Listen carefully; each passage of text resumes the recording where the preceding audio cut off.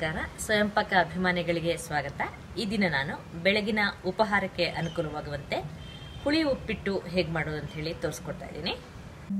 ಬೇಕಾಗುವ ಪದಾರ್ಥಗಳು: 1 ಕಪ್ ಅಕ್ಕಿ ಹಿಟ್ಟು ನಾನು ತುಂಬಾ ಇಟ್ಕೊಂಡಿಲ್ಲ, ಫ್ಲಾಟ್ ಆಗಿ 1 ಕಪ್ ಇಟ್ಟಿದ್ದೀನಿ. ನೀರು ಅರ್ಧ ಕಪ್ಪು, ಹುಣಸೆ ಹಣ್ಣು ಒಂದು ಸಣ್ಣ ಲಿಂಬೆ ಹಣ್ಣಿನ ಗಾತ್ರದಷ್ಟು ನಾನು ಈಗಾಗಲೇ ನೀರು ಹಾಕಿಬಿಟ್ಟು ನೆನೆ ಇಟ್ಟಿದ್ದೀನಿ. ಉಪ್ಪು ರುಚಿಗೆ ತಕ್ಕಷ್ಟು, ನಾನಿಲ್ಲಿ 3/4 ಟೀ ಸ್ಪೂನ್ನಷ್ಟು ಇಟ್ಕೊಂಡಿದ್ದೀನಿ.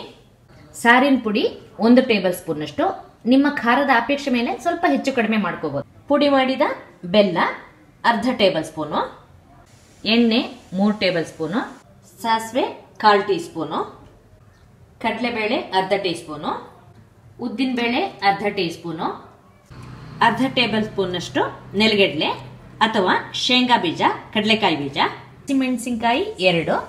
ನಾನು ಇಷ್ಟು ಉದ್ದದ ಹಸಿಮೆಣಸಿನಕಾಯಿನ ಸಣ್ಣದಾಗಿ ಹೆಚ್ಚಿಟ್ಟುಕೊಂಡಿದ್ದೀನಿ.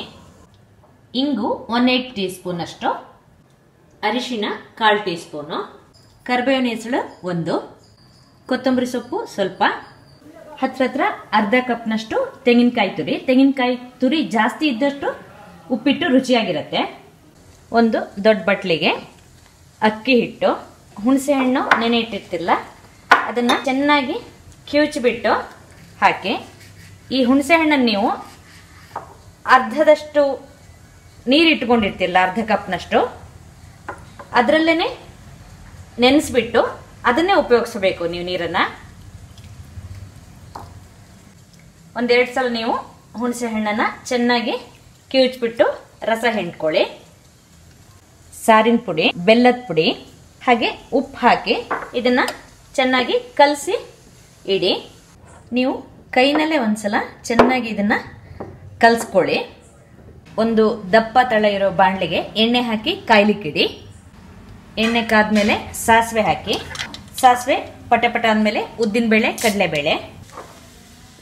ಕಡಲೆಬೇಳೆ ಹಾಕಿ ಒಂದು ಅರ್ಧ ನಿಮಿಷ ಆದ್ಮೇಲೆ ಹಸಿಮೆಣಸಿನಕಾಯಿ, ಶೇಂಗಾ ಬೀಜ ಅಥವಾ ಕಡಲೆಕಾಯಿ ಬೀಜ ಆದಮೇಲೆ ಅರಿಶಿಣ, ಇಂಗು, ಕರಿಬೇವಿನ ಸೊಪ್ಪನ್ನು ಮುರಿದ್ಬಿಟ್ಟು ಹಾಕಿ. ಈಗ ಕರಿಬೇವು ಎಲ್ಲ ಆಗಿದೆ. ಇದಕ್ಕೆ ಅಕ್ಕಿ ಹಿಟ್ಟು ಕಲಸಿಟ್ಕೊಂಡಿರ್ತಿರಲ್ಲ ಅದನ್ನು ಹಾಕಿ ಚೆನ್ನಾಗಿ ಇದನ್ನು ಹುರಿರಿ. ನೀವು ಇದನ್ನು ಚೆನ್ನಾಗಿ ಹುರಿಬೇಕು. ಹಾಗೆ ಇದಕ್ಕೆ ಸ್ವಲ್ಪ ಎಣ್ಣೆನೂ ಕೂಡ ಸ್ವಲ್ಪ ಜಾಸ್ತಿ ಬೇಕಾಗತ್ತೆ.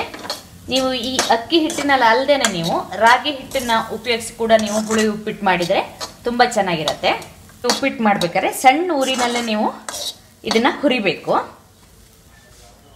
ಇದು ಸ್ವಲ್ಪ ನಿಮಗೆ ಬೆಂದಿಲ್ಲ ಅನಿಸಿದರೆ ಸ್ವಲ್ಪ ನೀರು ಚುಮುಚ್ಕೊಳ್ಳಿ, ಮತ್ತೆ ಹುರಿರಿ. ಈಗ ನಾನು ಚೆನ್ನಾಗಿ 5-6 ನಿಮಿಷ ಇದನ್ನು ಹುರಿದಿದ್ದೀನಿ.